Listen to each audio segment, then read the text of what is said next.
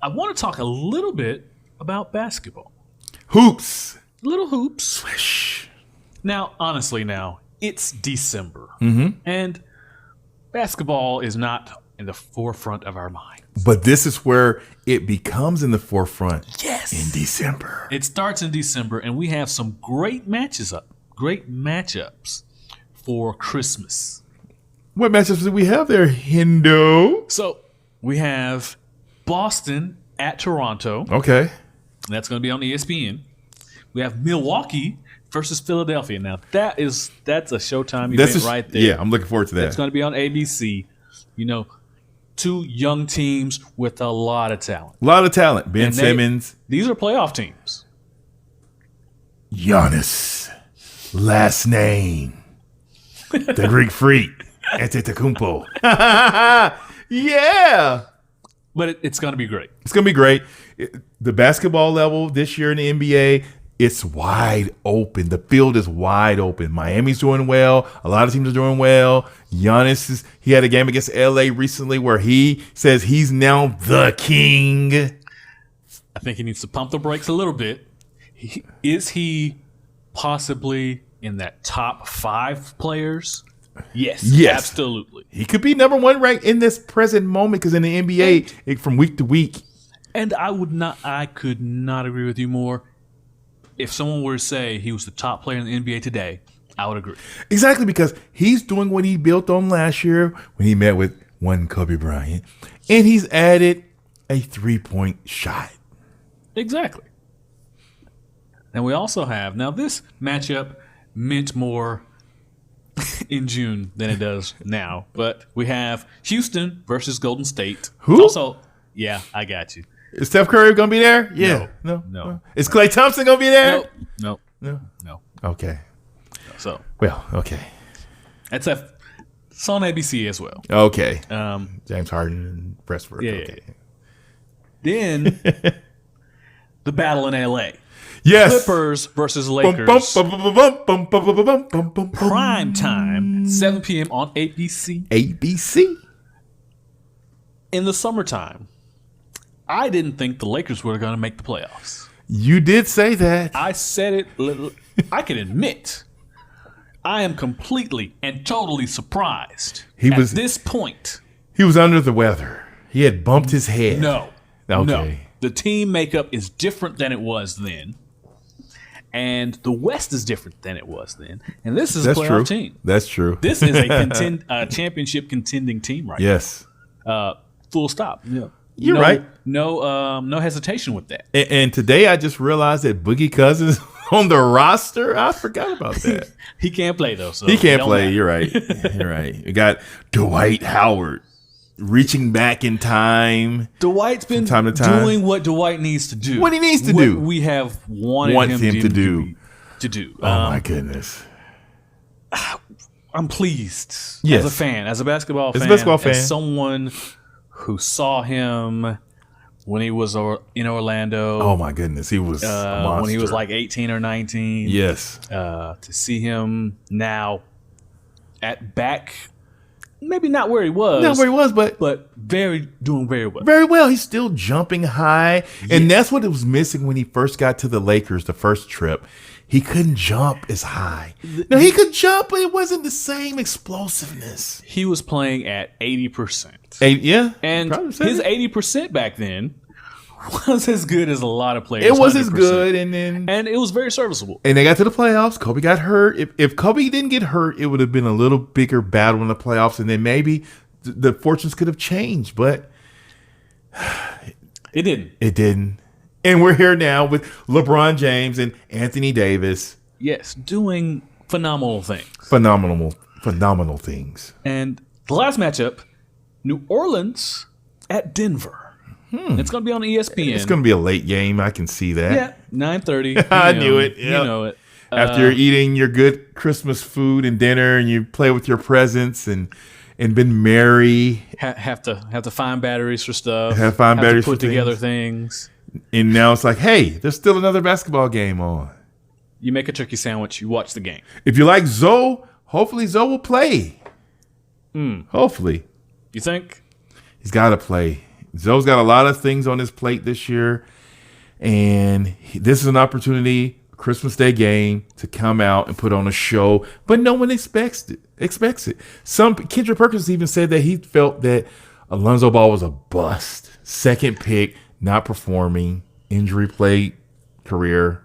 Well, just because you're injury plagued, that cannot label you as a bust. True. Look at all the players on the 76ers right now. Yep. Everyone in the starting lineup. You're right. Blake Griffin, yeah. Two or three seasons True. of horrible injury. Yeah. Where they did not get on the court. And they put him on a little timetable and let him come back. So let's not. I think Kendrick Perkins has jumped the gun on calling Lonzo Ball a bust at this juncture. I agree with you. Kendrick Perkins is talking crazy. I think he's jumping the gun. Hendo wants all the smoke. Kendrick Perkins, he wants all the smoke. I kid. But I think he's jumped the gun. I think he's overstepped just a little bit. He's happy to be on television. He should be happy to be on television. I'd be happy if I was on television. I'm not on television. No. And I'm happy anyway, so it doesn't matter. Because you're on YouTube on IMO Sports TV. On the Justice League podcast. Justice League podcast. With 2 G's. 2. But what I'm saying, I think he's jumped the gun. Yes. He hasn't had enough full seasons. We're only talking about 3 seasons. Exactly. And we're still at the beginning of the third. And he just got traded to a totally new team. Totally new team. New schemes. New coaches. New everything. New city. Not in the same city with his family. There's a lot going on for Lonzo. Yes, in his young life. And I will not call him a bust. What is he, like 21, 22, 22? Yeah. 22. Come on, man. This is when people usually are just now getting ready to get in the NBA. Yes, I think. And I don't want to talk about that right now. Okay. Because this one and done, this straight to high school stuff, it creates a poor NBA product. It does. If you want to watch good basketball, keep 18-year-olds out of the NBA. You're right. And that's why they have the G League now. Okay. If you want to go to the G League, that is not a good stop. Jay Morant, what is he doing? He did last in college a couple seasons. Yeah, so he went to... He got some seasoning. Yeah. I understand the need of seasoning, but I think it would be a mistake for a player to be playing in high school to say, you know what, I'm going to go to the G League. Because Well, that's not their intention, but I mean... it's someone's intention. It is, because of the 1 year rule now. Because they're trying to go to the NBA. You're right, their rule. So they'll be like, I'll just go to the G League. and no one's watching the G League. It's not about being seen. It's about honing your talent. Because here's what's happening in basketball now: this ain't your dad's G League, D League. This G League is they're trying to get teams associated with the bigger team. So it's like a farm system where you can get called up. You have this contract. So they've changed the dynamic of it now. True, and we haven't seen the fruits of it yet. It may be a couple of players. They have some names out there that were okay. For instance, Toronto's guy, the number 22, whatever his name, the guard, whose name you don't know, because I forgot because I was so excited and didn't know we were even going to talk about this topic. Understood, but we're talking about a very few players so far. So still new. And if you don't want to go to college, I understand that. You should be able to go somewhere and play. Yeah. But what type of talent are you going to get? Who knows? Who are you playing against? Who you're playing? You're right. How many games are you going to get? You're right. That's the thing. All these one and done players, when they get to the NBA, that 82 game season, they break down. It's just you're right. You're right. Fail them. But it's a process. Like college, you may play 30 to 40 games. It's a process. So some people are ready. How many people are Kobe Bryant? How many people are LeBron James? Two people are Kobe Bryant and LeBron James. Two. Themselves. That's it. Who were NBA game ready. Game ready. One. Even though Harrison, the coach, didn't want Kobe to play, the crowd, you couldn't deny the talent was there. He was ready day one. He was ready day one. I mean, 17. But how many players have we seen who went from high school to the pros? You're right. Who were so not ready. Tyson Chandler was there. He's still in the league now, but would he be a different Tyson Chandler if he would have been able to go to college? I don't know about that. I don't know about the college experience changing anyone's game. I'm talking about the seasoning. Mm-hmm. Okay, I see. I'm only talking about I got you. So your body can get used to the rigors of playing 82 games Didn't JaVale McGee come out of high school? Okay. They're in the league, just in the league. Where's D Miles? Has a podcast. Did you just bring up Darius Miles? Yeah. Oh my gosh. Yeah, Richardson. D Miles have a nice little podcast going on now. Shout out to Darius Miles. We see you. Hall of Famer T-Mac. How long did it take? There was the seasoning. I'm just talking about from a business standpoint. You're right. Should I, as a team owner, be playing or paying for your seasoning? It's only going to be far and few in between. You're right. You're right. Ultimately, you're a bust. Well, let's see what happens next year when, guess who? LaMelo Ball. LaMelo Ball. You're saying it like it's going to change something. Hey, that kid, he can ball. He's going to be ready for the NBA draft next season. Yes, he'll be ready. I think I agree with your assessment. He has the game. Yes. He has the flashiness. Yes. And he wants to embarrass you on the court. Yes. But what I didn't hear from you is work ethic. What I didn't hear from you is want to outplay you. And that's the thing that he may be working towards this year, where I'm hearing better things from because of the things you're naming are the Achilles heels that he's had in the past. I think now he's maturing. He's going to turn 18, and he's going to want to be ready for the NBA. I think he'll be ready. I think he'll be ready for the draft. Mm-hmm. I don't know what his game is going to look like in the NBA. I don't either. I don't know, but I think he will be ready enough to play. Do you feel that Zion should sit out the rest of this year or come back in February or January or whenever they're supposed to try to bring him back? He should try to come back. Yeah, I agree with you because something about waiting, you don't know what's going to happen next year. There's no reason to wait. His injury, he'll be all right, mm-hmm. I think, for the season. It's not that kind of injury. People are alluding and thinking about Kevin Durant. When Steve Kerr forced him to come back. But hey, I digress. And the pressure was put on him to come back. And he wanted to come back. Sometimes you have to protect me from my own self. No, what player do we know who says, you know what? This leg is feeling kind of okay, and I don't want to play. No player's doing that. No player's doing that. And think about the situation. Yes. Playoffs. He could have made a difference. He did make a difference for those minutes that he played. Please, someone protect me from myself. Somebody. So I don't think that situation is what people have said it is. It was just he got hurt again. I mean, what are the chances that he'll get hurt again? Well, he can't do any further damage, is what they said. That is almost malpractice talking to me. We brought up the thing, there's a chance he could get hurt again. We brought that up. Yeah, I mean, and they said he couldn't.